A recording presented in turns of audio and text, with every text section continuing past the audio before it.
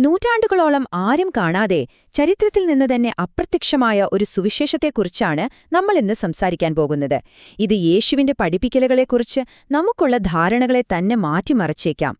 കാരണം പുരുഷന്മാരായ ശിഷ്യന്മാർക്ക് പോലും ലഭിക്കാത്ത ചില രഹസ്യങ്ങൾ യേശു ആർക്കാണ് കൈമാറിയതെന്ന് ഈ സുവിശേഷം നമുക്ക് കാട്ടിത്തരുന്നുണ്ട്. ഈയൊരു വാചകം കേൾക്കുമ്പോഴേ നമുക്കൊരു കാര്യം പിടികിട്ടും. യേശുവിന്റെ ഉപദേശങ്ങൾക്ക് ശരിക്കും രണ്ട് തലങ്ങളുണ്ടായിരുന്നു. ഒന്ന്, സാധാരണക്കാർക്ക് മനസ്സിലാകുന്ന രീതിയിലുള്ള ലളിതമായ കാര്യങ്ങൾ.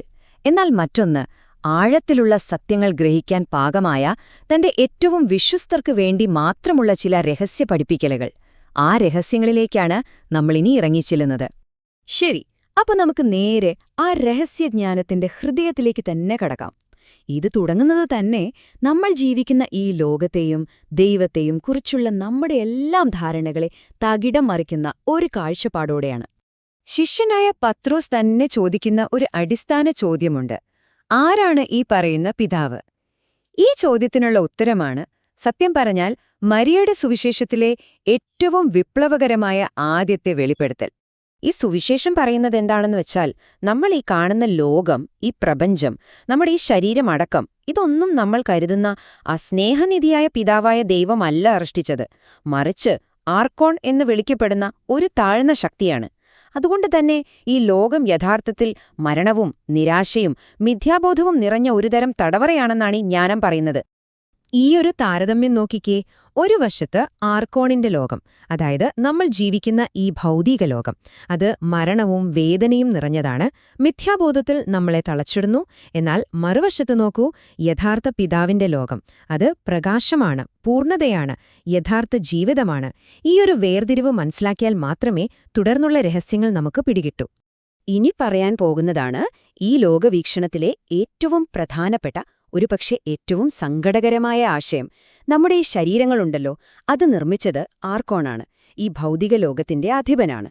പക്ഷെ നമ്മുടെ ഉള്ളിലുള്ള ആത്മാവ്, ആ ജീവന്റെ തുടിപ്പ്, അത് യഥാർത്ഥ പിതാവിന്റെ പ്രകാശലോകത്ത് നിന്ന് എങ്ങനെയോ നഷ്ടപ്പെട്ടുപോയൊരു ദൈവിക തീപ്പൊരിയാണ്. നമ്മൾ യഥാർത്ഥത്തിൽ എവിടെ നിന്നാണ് വന്നതെന്നോ നമ്മുടെ സ്വന്തം വീട് എവിടെയാണെന്നോ അറിയാതെ ഈ ശരീരമെന്ന തടവറയിൽ കുടുങ്ങിക്കിടക്കുകയാണ് നമ്മൾ ഓരോരുത്തരും. അപ്പൊ സ്വാഭാവികമായും ഒരു ചോദ്യം വരും: ഈ തടവറയിൽ നിന്ന് ഇങ്ങനെ രക്ഷപ്പെടും? വെറുതെ വിശ്വസിച്ചാൽ മാത്രം പോരാ, നോസിസ് അഥവാ ദൈവീകമായ അറിവ് നേടണം എന്നാണ് ഈ സുവിശേഷം പറയുന്നത്. മരണശേഷം ആത്മാവിന് ഈ ഭൗതിക ലോകത്തിന്റെ കെട്ടുപാടുകളെല്ലാം പൊട്ടിച്ച് യഥാർത്ഥ വീട്ടിലേക്ക് മടങ്ങിപ്പോകാൻ സഹായിക്കുന്ന അറിവാണിത്. പക്ഷേ ഈ യാത്ര അത്ര എളുപ്പമൊന്നുമല്ല. ആത്മാവിന് 7 ഭീകരമായ പരീക്ഷണങ്ങളെ നേരിടേണ്ടി വരും. ഓരോ ഘട്ടത്തിലും ഈ ലോകത്തെ ഓരോ ശക്തികൾ അതിനെ തടഞ്ഞു നിർത്താൻ ശ്രമിക്കും.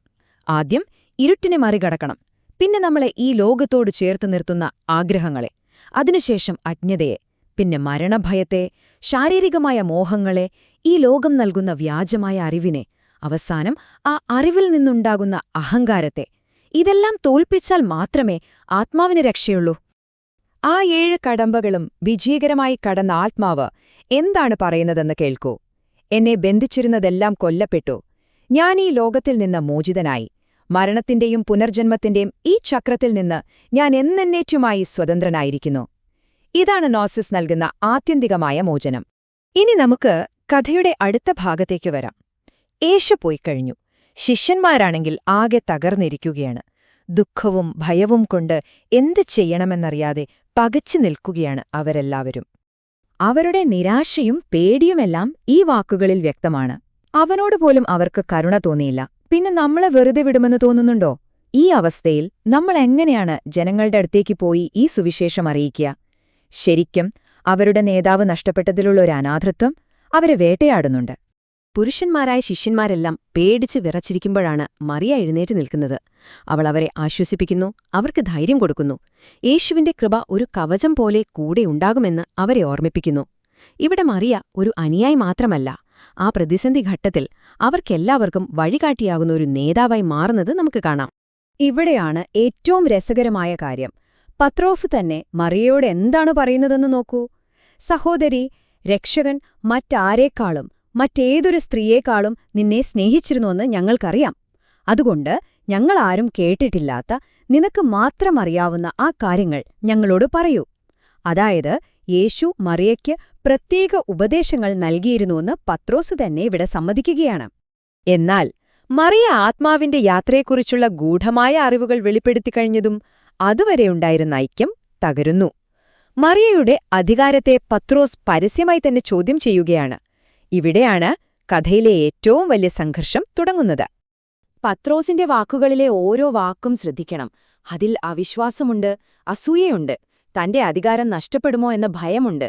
അവൻ ഞങ്ങളറിയാതെ ഒരു സ്ത്രീയോട് രഹസ്യമായി സംസാരിച്ചെന്നോ, ഇനിയിപ്പം ഞങ്ങളെല്ലാം ഇവള് പറയുന്നത് കേട്ട് പഠിക്കണമെന്നാണോ, അവൻ ഞങ്ങളെക്കാൾ അധികം തെരഞ്ഞെടുത്തത് അവളെയാണോ? ഇത് വെറുമൊരു വ്യക്തിപരമായ തർക്കമല്ല, ഒരു സ്ഥാപനത്തിന്റെ അധികാരവും ഓരോ വ്യക്തിക്കും ലഭിക്കുന്ന ആന്തരിക വെളിപാടും തമ്മിലുള്ളൊരു വലിയ പോരാട്ടത്തിന്റെ തുടക്കമാണിത്. മറിയയുടെ മറുപടിയിൽ സങ്കടമുണ്ട്, പക്ഷേ അതിലുപരിയൊരു ശക്തിയുണ്ട്.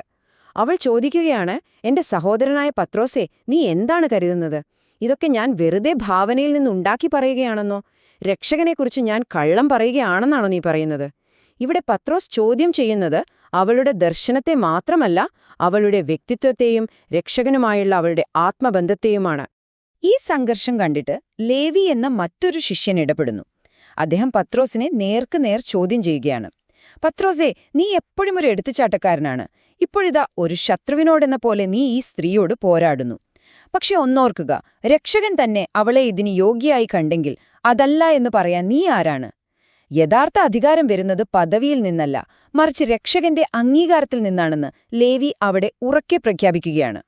അപ്പോ ഇത്രയൊക്കെ സംഭവബഹുലമായ, നാടകീയമായ ഒരു ഗ്രന്ഥം എന്തുകൊണ്ട് ഔദ്യോഗിക ബൈബിളിന്റെ ഭാഗമായില്ല? ഒരു സ്ത്രീയെ നേതൃസ്ഥാനത്ത് കാണിക്കുന്ന, അധികാരത്തെ ചോദ്യം ചെയ്യുന്ന ഈ സുവിശേഷത്തിന് എന്ത് സംഭവിച്ചു? ആ വലിയ ചോദ്യത്തിലേക്കാണ് നമ്മൾ വരുന്നത്. അതിന് പല കാരണങ്ങളുണ്ട്. നമുക്ക് ഓരോന്നായി നോക്കാം. ഒന്നാമതായി, ഇത് മുഖ്യധാര ക്രിസ്തീയ വിശ്വാസങ്ങൾക്ക് വിരുദ്ധമായ ഒരു നോസ്റ്റിക് ലോകവീക്ഷണം മുന്നോട്ട് വയ്ക്കുന്നു. രണ്ടാമതായി, സ്ഥാപനങ്ങൾ പറയുന്നതിനേക്കാൾ ഓരോ വ്യക്തിക്കും ലഭിക്കുന്ന ആന്തരികമായ അറിവിനാണ് ഇത് പ്രാധാന്യം നൽകുന്നത്. മൂന്നാമത്തെ കാരണം വളരെ വ്യക്തമാണ്. ഏറ്റവും അറിവും അധികാരവുമുള്ള ശിഷ്യയായി ഇതൊരു സ്ത്രീയെയാണ് ഉയർത്തിക്കാട്ടുന്നത്. അവസാനമായി, യേശുവിന്റെ ഏറ്റവും അടുത്ത ശിഷ്യന്മാർക്കിടയിൽ പോലും അധികാരത്തിനു വേണ്ടിയുള്ള വടംവലിയും അസൂയയും ഉണ്ടായിരുന്നു എന്ന് ഇത് തുറന്നു പറയുന്നു. അവസാനം, ഇത് നമ്മളെ ഒരു വലിയ ചോദ്യത്തിനു മുന്നിലെത്തിക്കുന്നു. ഒരു ശബ്ദമില്ലാതാക്കപ്പെടുമ്പോൾ ഏതൊക്കെ സത്യങ്ങളാണ് നമുക്ക് എന്നേക്കുമായി നഷ്ടപ്പെടുന്നത്? ഈ സുവിശേഷത്തിന്റെ കഥയിൽ പത്രോസ് മറിയയുടെ ശബ്ദത്തെ നിശബ്ദമാക്കാൻ ശ്രമിച്ചു. പിന്നീട് ചരിത്രത്തിൽ മറിയെപ്പോലുള്ളവരുടെ ശബ്ദങ്ങൾ ഉരുക്കൊള്ളുന്ന ഇത്തരം ഗ്രന്ഥങ്ങളെ തന്നെ മുഖ്യധാര ഇല്ലാതാക്കി. അങ്ങനെ നിശബ്ദമാക്കപ്പെട്ട ആ ഇടങ്ങളിൽ നമുക്ക് നഷ്ടമായത് എന്തൊക്കെയാവാമെന്ന ചോദ്യം ഇന്നും പ്രസക്തമാണ്.